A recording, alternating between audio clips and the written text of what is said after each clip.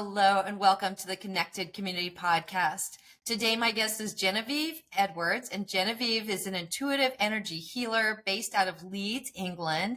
And today, our topic is adoption and the mother wound. Genevieve was adopted, and she talks about what that process was like for her healing that mother wound throughout the years. And she didn't really address this issue until she was in her 50s. I am an adoptive mom. We're an adoptive family. I used to work as the senior program director for an adoption agency. I've read a lot of books on this topic, and I have a lot of friends that are in the adoptive world. And so this topic was super interesting to me. This episode is definitely geared towards adoptees, adoptive families, or those if you're wanting to understand someone that's adopted that's close to you, or just kind of that mother wound. It doesn't even have to be adoption. There's a lot of circumstances where this mother wound will fit in. There is a common theme with adopted kids that they don't feel worthy. They don't feel good enough. They feel like they always need to prove themselves to others. And this is something that's like a deep wound inside them that they don't understand because the adoption happened before they were even verbal. And so Genevieve and I walk through that process of what that was like for her. What are some things that we can do to lessen the burden, to heal that wound, and to make ourselves more whole? I find this a really juicy episode. Genevieve was so lovely to talk to, and I really hope that you gain some value from this episode. So please take a moment to like, share, and subscribe. And I want to thank you again so much for being here today. Enjoy.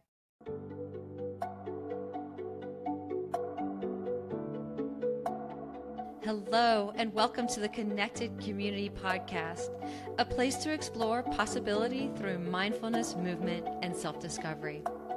Our intention is to deliver insight and inspiration while fostering conversations that are genuine, unfiltered, and deeply human. We hope you will enjoy today's episode. Hi, good morning, Jen. How are you today? I'm great, thanks. And it's evening with me. Isn't that amazing? I'm good, That's thanks, right. Nikki. That's right. Tell everybody where you are right now. Okay, I'm in Leeds in the UK, which is sort of middle of England on the right-hand side. Perfect. Well, thank you so much for joining me today on the Connected Community. I'm really excited to talk to you. One of the things that interests me about your story is your adoption story. And so I'm kind of going to leave it to you where you'd like to begin that story. Where do you think would be the best starting space? Sure, okay. I think the thing about my adoption, I think the story of my adoption is that I carried low self-esteem for most of my life because of being adopted. And I think my adoption had two sort of wings, if you like. The one wing was incredible love and support and unconditional love from my adopted family. And the other wing was all the stuff that went on inside my head all my life about how I just was not good enough. And the reason I wasn't good enough was because my biological mother hadn't wanted to keep me. I got to a place in my life where I understood she couldn't keep me. But for most of my childhood, for all of my formative years, my belief was she didn't keep me because I was the horriblest, worstest, ugliest, baddest baby in the world, and that's why she got rid of me. Yeah. I know. And we have an adopted little boy, and I've done so much studying and research about this. And then the more people I talk to, the more adoptees I meet, just like you, and the stories that I've read, and they all have this similar theme that despite the love and attention and nurturing that the adoptive family gives, there is this giant, like, gaping hole adoption wound. And that even when you have all the information logically, like, oh, she was too young or she couldn't care for me, whatever that story is that plays in your head, it seems like the adoptee is left with that theme of I'm not good enough, I'm not worthy enough, despite anything that anybody says. And then you were again another person that shared that perspective. So it is like this deep wound. And I always think of it as when we adopt these little babies, that it's pre-verbal. There's all this stuff that's happening, and there's that bond that's being broken, and it's this massive hole and this gaping wound, but there's no words for it. The babies are not even verbal, and they don't understand it. And so they have it inside themselves for so many years. When did you first gain the awareness that you had this wound? And then from that point, when did you start to begin to work on it, and how did you do that? I think on a conscious level, I only really knew. All right, there were two places. One when I was a teenager, and I went through a stage of almost talking to her and saying, "Why did you let me go? Who are you? Why didn't you keep me? Why did you let me go?" And then in my 50s, I started working with a coach, and I started working with an energetic healer and a mentor. And I realized, in fact, that I had this enormous mother wound that I'd never addressed, I'd never acknowledged. I'd always pushed it down. I'd said things to myself about, "I hate you," speaking to my mother. "I hate you." I also, of course, hated myself. And just feeling very angry towards her, and feeling like I didn't want anything to do with her. And then, but of course I did. This was this was the thing I was putting out to protect myself, because I had been so deeply rejected that I was then rejecting her. Right. And I understand that now, but I didn't understand it at the time. And so my 50s, I started about 55ish. I started working with an energy healer and a spiritual mental coach, and she was one who said to me, "Jen, you've got a mother wound that you need to address." And I was in huge denial. "What rubbish! What are you talking about?" I knew I was adopted from like the get-go. I was always very transparent about it. I used to say to people, "I'm the luckiest kid on the block because I look at what I got." I got a mum and dad who really loved me. I mean, I went to school with kids who had abusive parents, whose parents beat them up, whose parents didn't love them. I knew I was lucky. And I think because of that, I had such a lot of guilt about the fact that I wanted to know who she was. I wanted to know why she didn't want me. I felt so guilty about the fact that I was curious about it, despite the fact that my mum and dad had given me so much love. So I always pushed it away. I never wanted to deal with it until I got to about 55, when I thought, this isn't serving me. This is not working for me. Something needs to change. Yeah. And so what did that wound look like, and how did you begin to work with it? Perhaps counterintuitively, I think the wound was, for me, I always prided myself on, I never cried. Wasn't a crybaby. I looked on other children who cried with slight dismissal, feeling that I was stronger than them and more courageous than them because I didn't cry. And of course, my not crying meant all I did was I bottled it up, and all the tears were pouring down my heart internally, but not externally. So I think the mother wound for me looked like not crying. Yeah. And when I was 55ish and I started working with this healer and this coach, the healer, I went to her because I always had trouble with money. Okay, maybe money then is also my mother wound. Because I wasn't good enough, I always used to attract to myself positions and salaries. And even when I worked as a consultant, I would often find out when I'd be working for a while as a consultant that I was getting less than other consultants. And I think it was because I was putting out a message saying, "Well, I'm not good enough, don't bother to pay me." Yeah. And so I didn't attract money. I had huge problems with money. So I went to this energy healer to be healed with my money story. And she was a kinesiologist, and she put her fingers on my wrist. She did this. She used to touch you like this. And I was lying on her therapy couch, and she put her fingers on my wrist, and she said, "Okay, so who abandoned you?" And I was flummoxed. To say I was speechless is an understatement.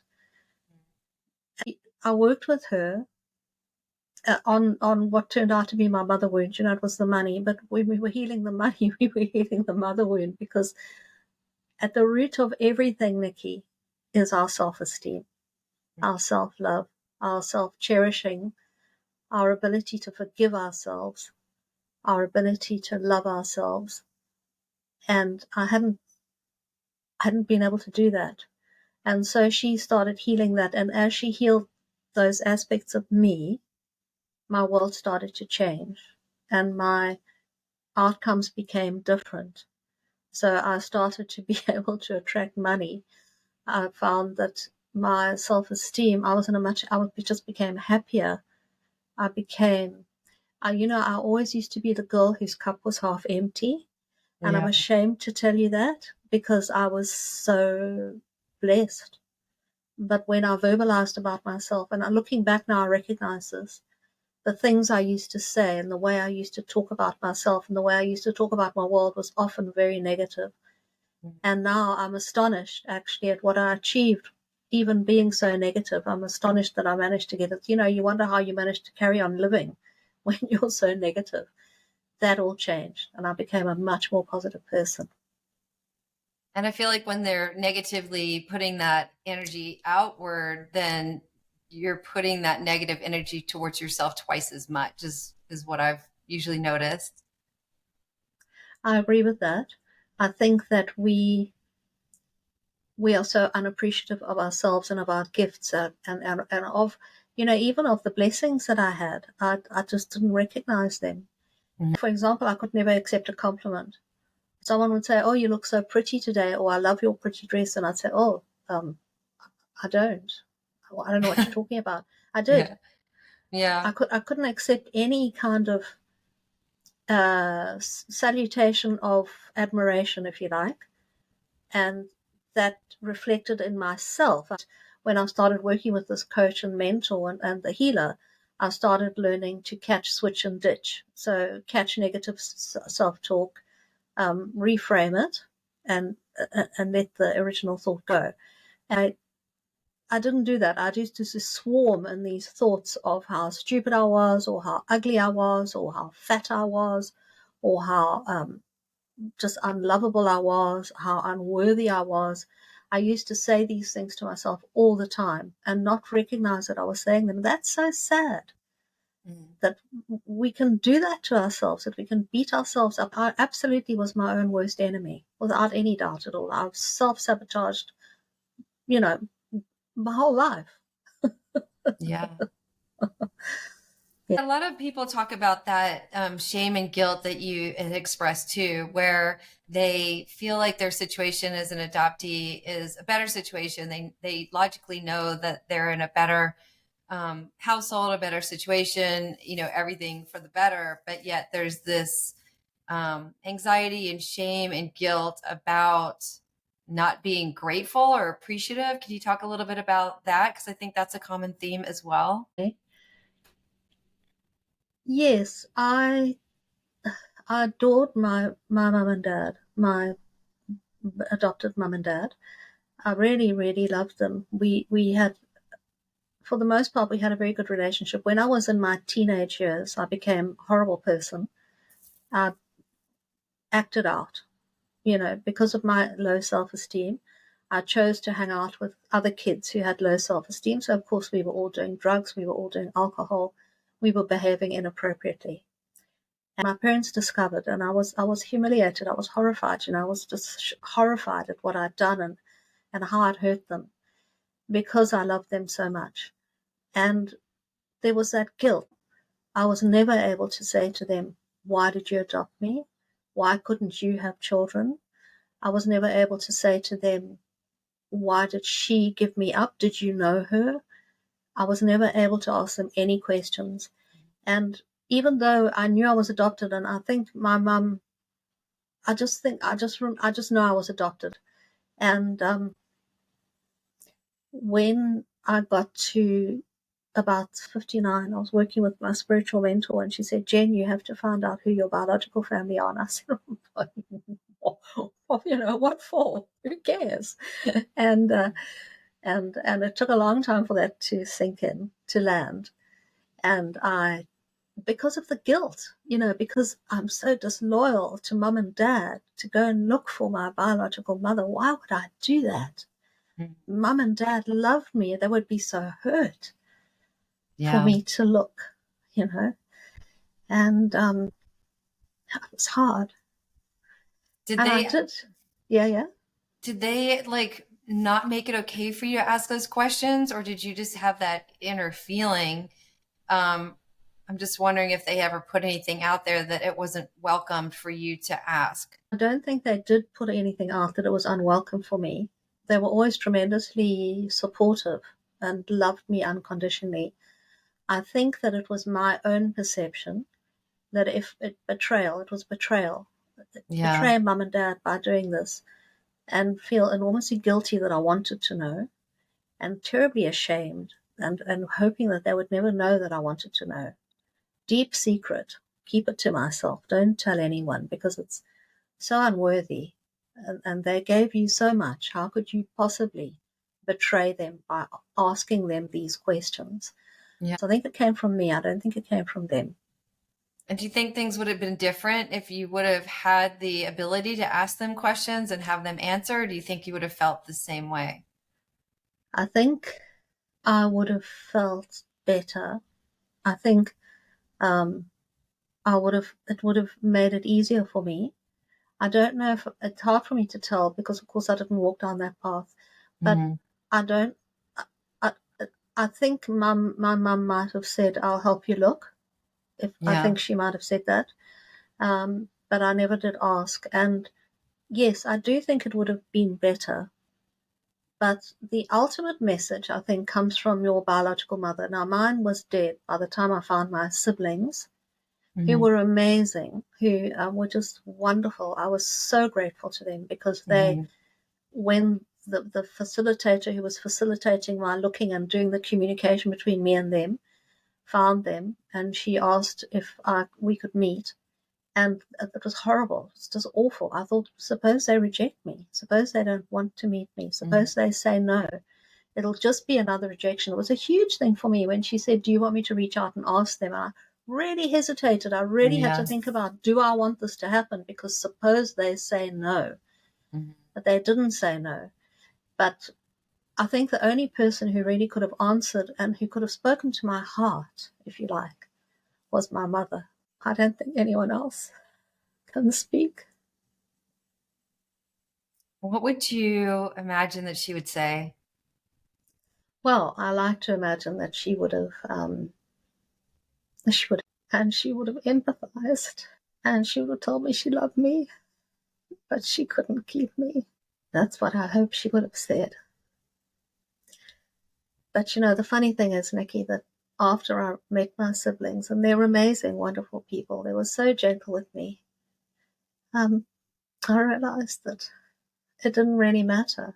That my mum and dad, Monica and Brian, were the ones that I really loved, Mm-hmm. and that there was nothing to touch them because they had loved me so completely and so unconditionally, and they had just given me everything.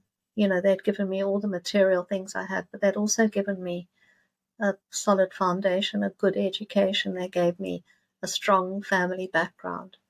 And I realized that for me, because of that, I don't know if there would have been a connection with my mother. I honestly don't. Yeah. Yeah. But just to know that you were loved. And I always think of like adoption is really this act of love. It's pretty selfless. Like it would be much easier for a mom to have an abortion in a lot of ways. And it's such this act of love to actually birth out this child, to realize that you're not suitable and that they can have something better without you must be incredibly painful for the birth mothers to come to that acknowledgement and understanding. And I know like when we did the adoption, I remember this so vividly. They had to wheelchair me out, which was bizarre, but because I wasn't the patient, and they had to wheelchair me out of the hospital, and I had our newborn baby Jack in my arms, and I had been holding it together for so long. And I remember the elevator door shut, and I'm not a crier. I'm definitely not a public crier. The elevator door shut. I think it was me and the person who was pushing the wheelchair, and then the elevator was full of people. And I just burst out crying, and everyone's looking at me. And I just felt this pain from this birth mother, like, oh my God, like I'm feeling all of her pain that she just did this sacrifice for us, and all of everything that I've been holding in, but all of her pain and everything just ripped me apart. In that moment, it was a moment of gratitude, but it was also like, wow, just the intensity of like taking her child and walking away from her. And I always think of like, what an incredible gift that she gave our son, knowing that he could have done better. She was too young, and she loved him, and that he could have a better life. Yeah. Yeah, I think you're right. I think it is a huge gift. And I suppose that's also the irony, that it should be so conflictual for the adoptee. That with my head, I understand this completely. And, Yeah. if I had been that person in that position, I probably would have done exactly the same. I'm sure I would have done the same. Yeah. So, the gift of the birth, I mean, she gave me life, and she gave me an incredible childhood. I mean, by giving me away, she gave me such magic. I had such an amazing, amazing childhood. I had such an amazing upbringing. I had such wonderful parents. And I think that was a huge gift from her. It took me a long time to understand that. It took me a long time to get to a place of forgiveness for her and of empathizing with her, because I suppose all of my formative years had been built on, I'm not good enough. I wasn't good enough for her, and she threw me away. That's literally the message I had. I, I kind of, when I got to my early 20s, I started realizing, actually, this must have been really hard for her. But until then, I couldn't see it from her point of view, because I was still thinking like a child. I was thinking like an abandoned baby. Yeah. And I couldn't get past that. And as you can see, there's still work that I'm doing on this. I'm still recovering from this. I'm still working through this.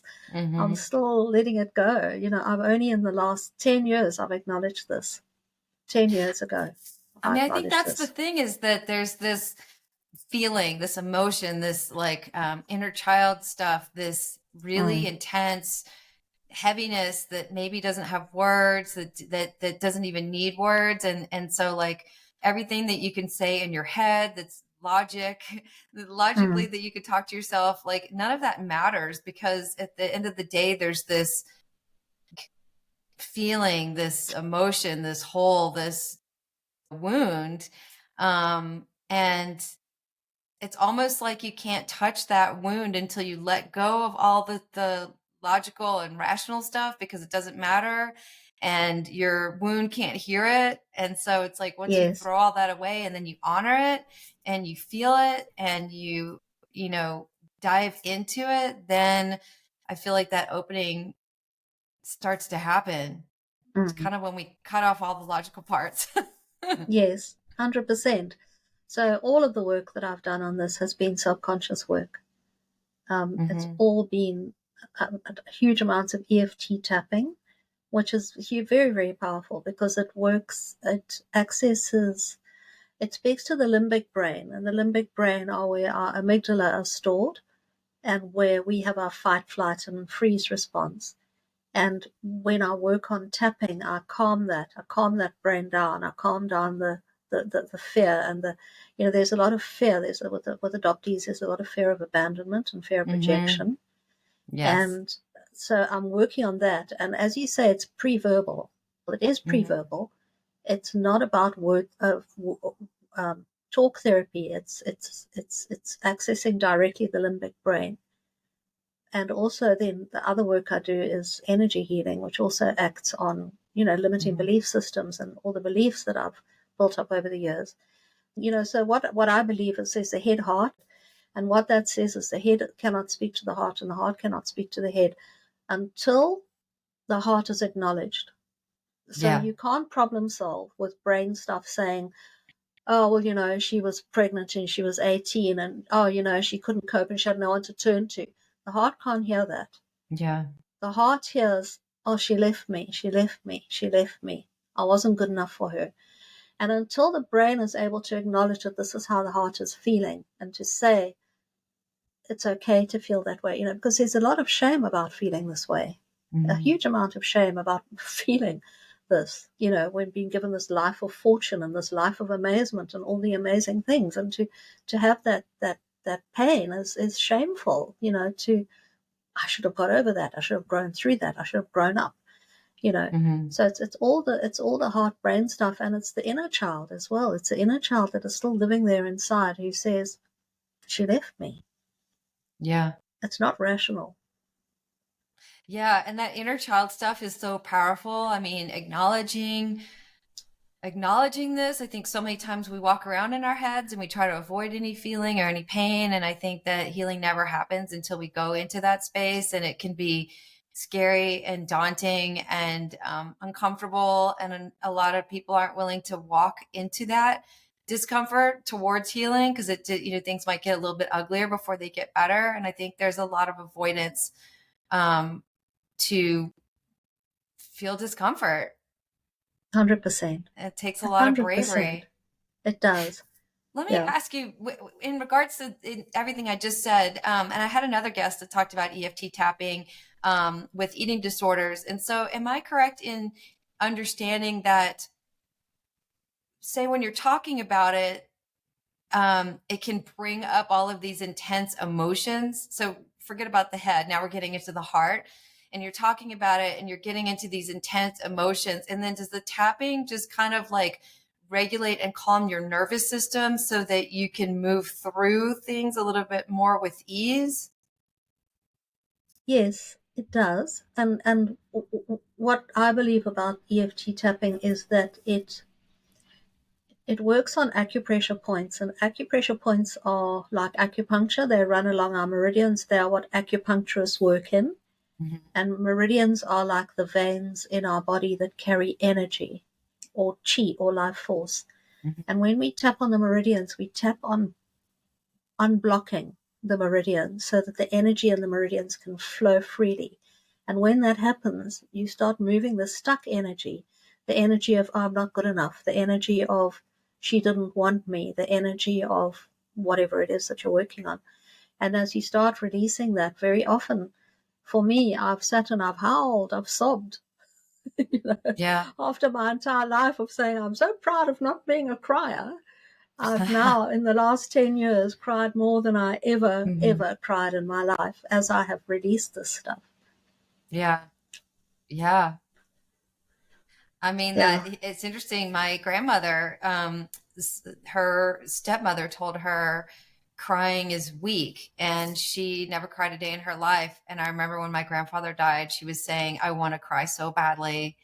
And she couldn't. And just repressing all of that stuff for so long must be so intense and scary. When you finally like open the gate a little bit, that must have been kind of terrifying. Yes.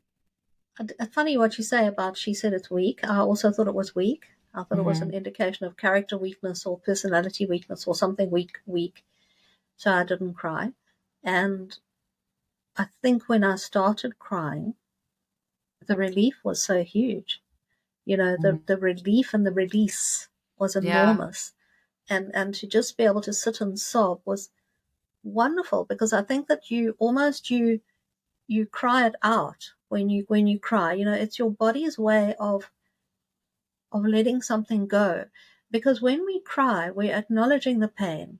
When we don't cry, we're pushing the pain away and saying the pain isn't here. And I believe completely that it's by acknowledging our emotions and feeling our pain and our discomfort that we are able to process them. We're able to let them go. That's truly my belief. Yeah. It's interesting. My story that I tell my little boy, and I had talked to you a little bit about this before. My story has always been to him that Bethany was the vehicle to bring him to me, that he was 100% meant to come to me, to be in my life, that we were meant to be together. I literally feel like he's my soulmate. And that she was the avenue to bring him to me. It was always meant to be that way. I literally feel with every ounce of my being that he was meant to come to me.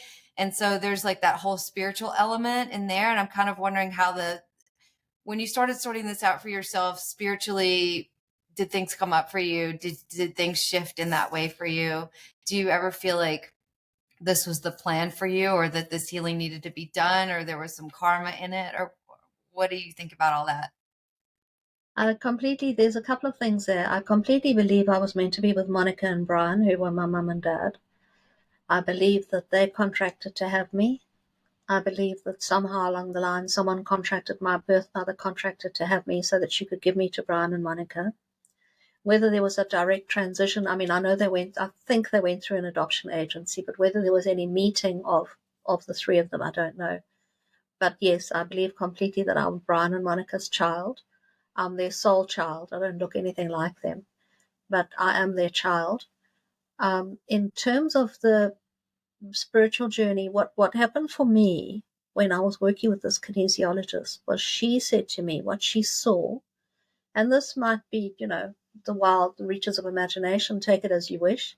What she saw was me working in an orphanage as a nun in a previous life and looking after adopted kids. And my karmic journey this lifetime was to be the adopted kid and to see it from a different perspective. So, and I believe completely that my journey has been to heal this mother wound. I believe that my journey on earth, one of the purposes, one of my karmic lessons was that I was adopted and that I needed to let this go. I needed to forgive her. I needed to forgive myself. And I need to accept that that's how it is, completely with my soul, with no hesitation or holding back or reservations. So yes, I think it is a karmic journey. That might be too woo. It might be too like out there. I don't know. If you don't want to talk about karma, but so from a religious point of view, from the church's point of view, you could say, oh, she was adopted so she could learn forgiveness. And I think that's why I was adopted. Yeah. Did you realize that when you were younger or in your 50s? No. No. Yeah.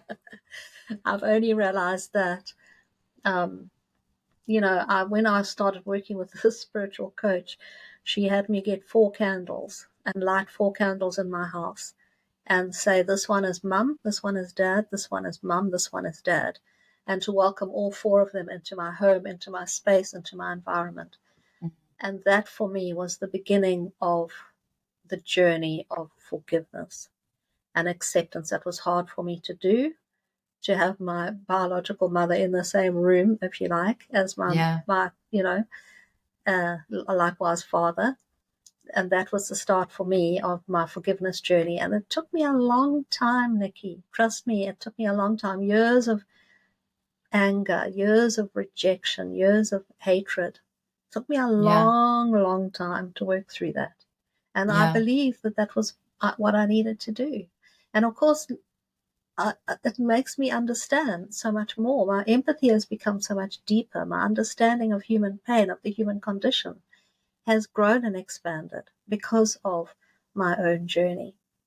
Yeah. What are some things that would make it easier for the child to manage or to open up these conversations? Or like, what are the things that would have made a big difference for you, or you think could make a difference for others? I think one of the things that would have made it easier for me would have been if my adopted mum and dad had initiated conversations about this. I think that perhaps before puberty, but I think puberty is a time of enormous upheaval. And I know for me, my teenage years were years where I was very conflicted about everything. But I would say try and open the conversation and tell the story, even if the child doesn't look to be listening. Just tell the story of the adoption and how much you love them and how much you wanted them. And you've got 2 mummies. Most other kids have only got 1. This is really a huge blessing. And then I think also something that happened to me when my mum died. A very good family friend, picked me up from the airport and took me home to my dad for the funeral. And she told me in the car the story about how Monica had introduced me. And I didn't know that story until then. And I wish she had told me how she introduced me to all her friends. I think you need to share with your child as much as you can. Yeah. Because when you're dead, it's too late. They can't ask you questions. And your child might never look for their mother. They might decide that they're just too much in denial. They might decide there's too much anger there. And they might never get to a place where they want to look and where they can move into that space. But I think that I think any adopted parent should be sharing with the child as much as they can of the child's story and make it completely open and transparent. And just, as you said, the feeling that this child was meant to be for you, this is your child. Your child will know this, Nikki. Trust me. Yeah. I think unless you're in an abusive family as an adopted child, if you're in an abusive family where you're not loved and where you are violated and abused, then I think you will yearn for your real mother, because you'll build a story about your real mother. Your real mother would love you and your real mother would accept you. And, so that I think is a different situation. If you're a caring adopted parent, then open as many avenues as you can. And say things like, if you want to meet with your mum, we can arrange it. We can, if there's just always have that offer there. Keep on saying it every birthday or something. Oh, you're 13. Gee, your mum might really like to see you. I bet she'd be so proud of you. Let's contact your mum. Do you want to see your mum? I think that's what I would do if I was in that position. And knowing what I know, I would, that's what I would do. But I do have a friend that hired a private investigator to find her birth mom, and she found her birth mom. And that was hard for her. Her birth mom had a really religious background and kind of secretly had her and placed her for adoption, and then had a new family, and nobody knew. Nobody knew. She didn't tell anybody in her family. She had a whole new family. She never told anybody. And so in some ways that's almost like another rejection. So just assuming that the birth mom's going to embrace these adoptees too is not an assumption that can take place. I mean, in this case, my friend was like, oh, I dodged a bullet. That would have not been a good family for me. And she had a really beautiful, loving family. But it was the same thing. She was in her really late 40s and hired a private investigator and started to want to make contact. And incidentally, she's made contact with some of the extended family members, as you had, and not wanting to keep in contact with her mom. But it must be so cool to realize like that you have siblings, and my little boy's only 9, and he's got a biological sibling, and we will tell him at some point. But I also think, oh, that's going to open up all kinds of things where the birth mom kept this one child but didn't keep me, and what that's going to bring up for him. Or also seeing that we have a much more privileged life than his sibling. And my little boy is so empathetic. And so I am going to bring that up when he starts asking more questions. He's in the stage of not asking a lot of questions, and we do offer information. But I do have a lot of fear around that as a mom. Like, what's that going to bring up for him? And knowing I need to do it, and it's the right thing to do, and I will do it for sure. But then, as a mom, it's going to pain me to have him feeling that pain. And I guess here I am assuming what it will be like for him. I don't even know. Yeah, it's hard to tell, isn't it? I think it is hard when you were given away and the other one was kept. I think that must be very hard. In terms of the secrecy, now you see, I don't know your friend, you said she was in her 40s, so I'm now in my 60s. And my mother didn't tell anyone that she had me. So when I met my siblings, it was a huge shock to them. Huge, enormous shock, because they didn't know anything about me. Yeah, I mean, maybe my mother wouldn't have wanted to see me. Maybe she would have just wanted to push it away. It's very hard to tell. I think each is individual. Each is a different story. Yeah. And the story of keeping one and giving one away is a very hard hard thing to rationalize, and it is just logic. Right. The reason that she did it was a logical reason. She couldn't look after the child. She needed to let the child go.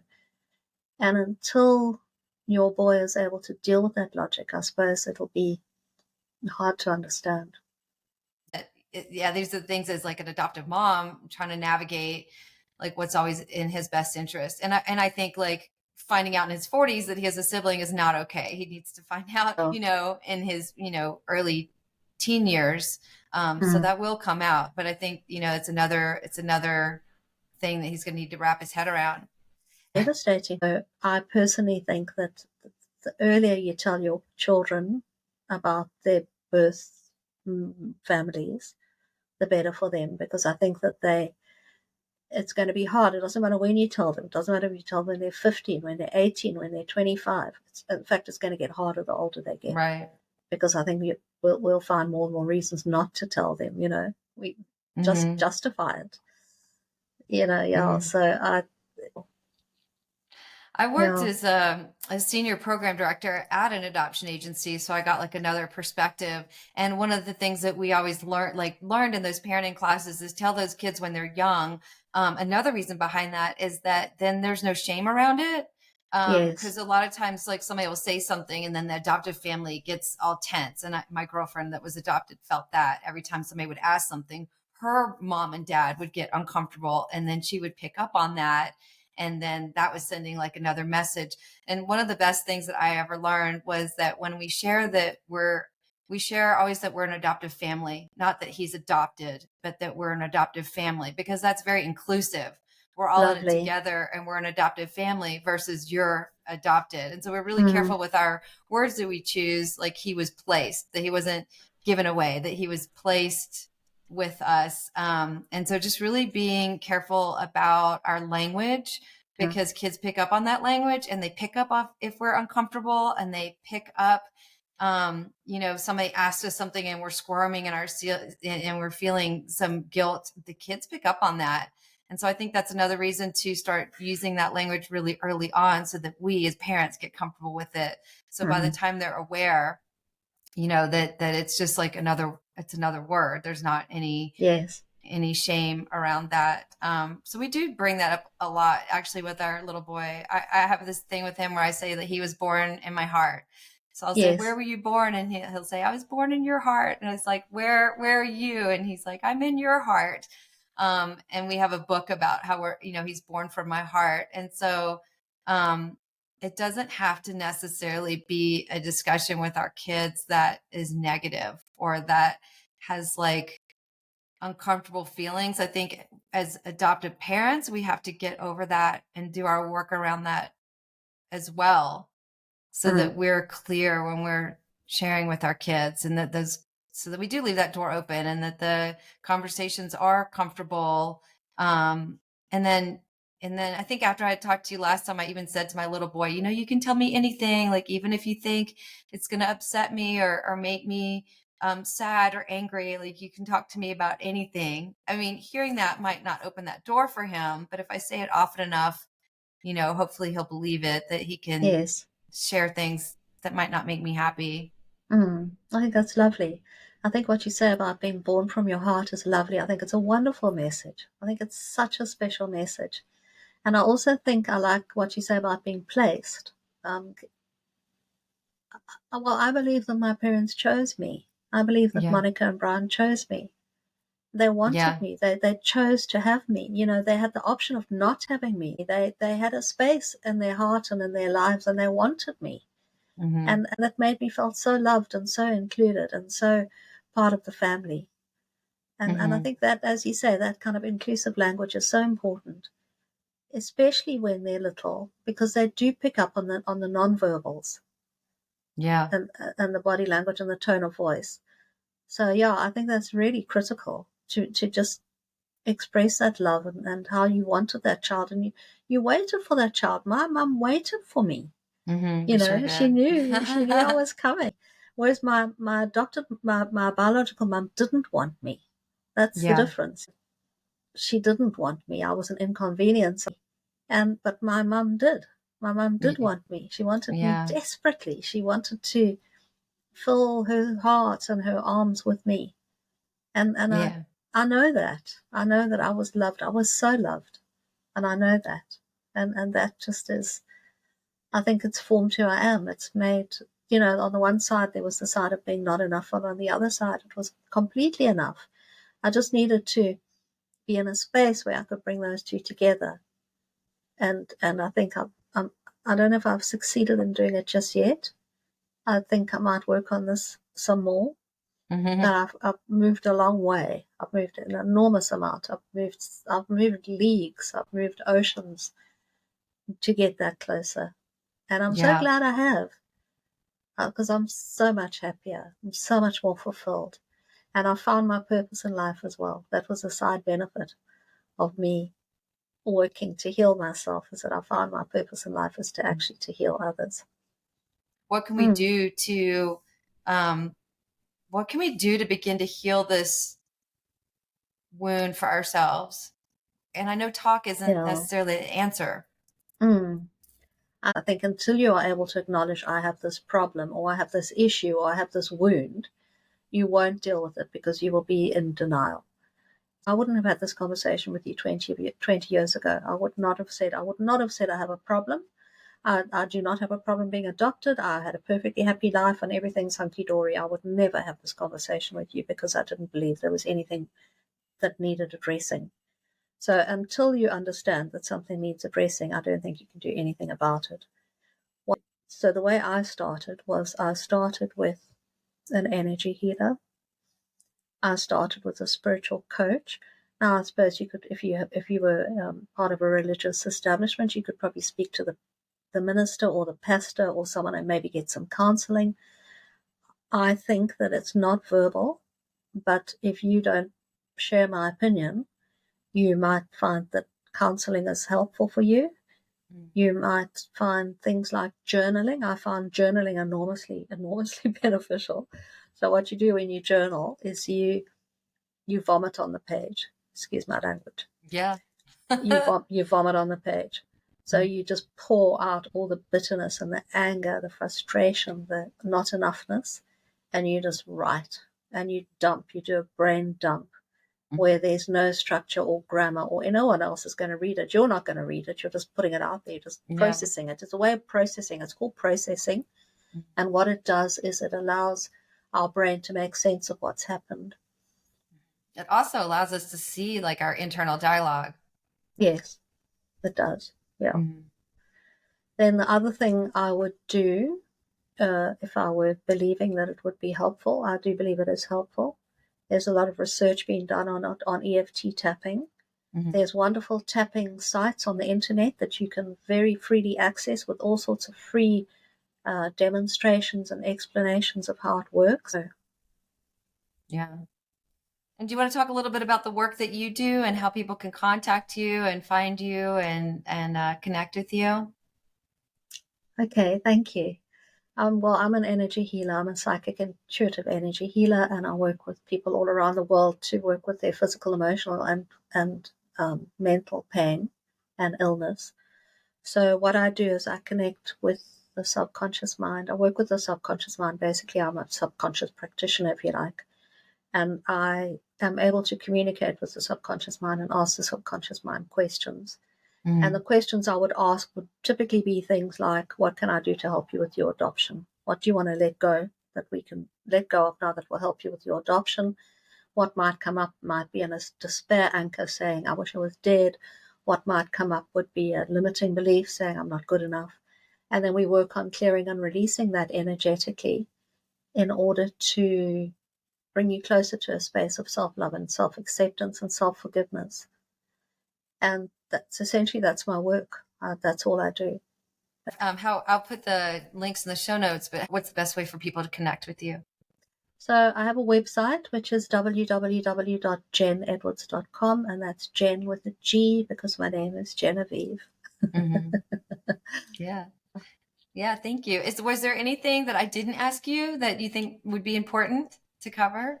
No, I don't think so. I think you're very empathetic and lovely to speak to because for a long time, I struggled with the fact that I'm still emotional about this. And I felt that I was a big girl and I was all grown up and I should have got over this.